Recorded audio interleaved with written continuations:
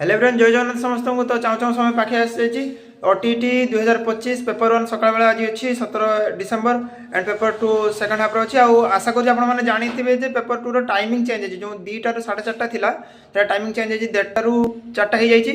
तो बहुत भल से प्रिपेरेसन करेंगे। 75 मार्क्स कथा सब पाई, बाकी जनरल पिला 90 मार्क। तो प्रिपेरेसन आपण मैंने बहुत भल से करेंगे, भल से करना प्रेसर नबार नहीं, बिकज बहुत इजी क्वेश्चन ही आसो, बहुत माने करि पारला भाया क्वेश्चन आसो। तो प्रेसर नबार नहीं, बहुत भल से करूँ एंड पास करके आसतु। आउ एग्जाम दे सारा पर केमती कौन आपर एग्जाम है निश्चित रूप आस कमेंट सेक्शन में जनइबे।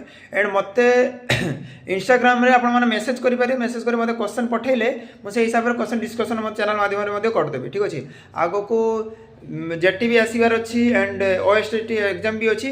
तो प्रिपेरेसन बहुत सारा जिन प्लान अच्छी। चलते एग्जाम दे आसते बहुत सारा कथा। ठीक अच्छे, थैंक यू।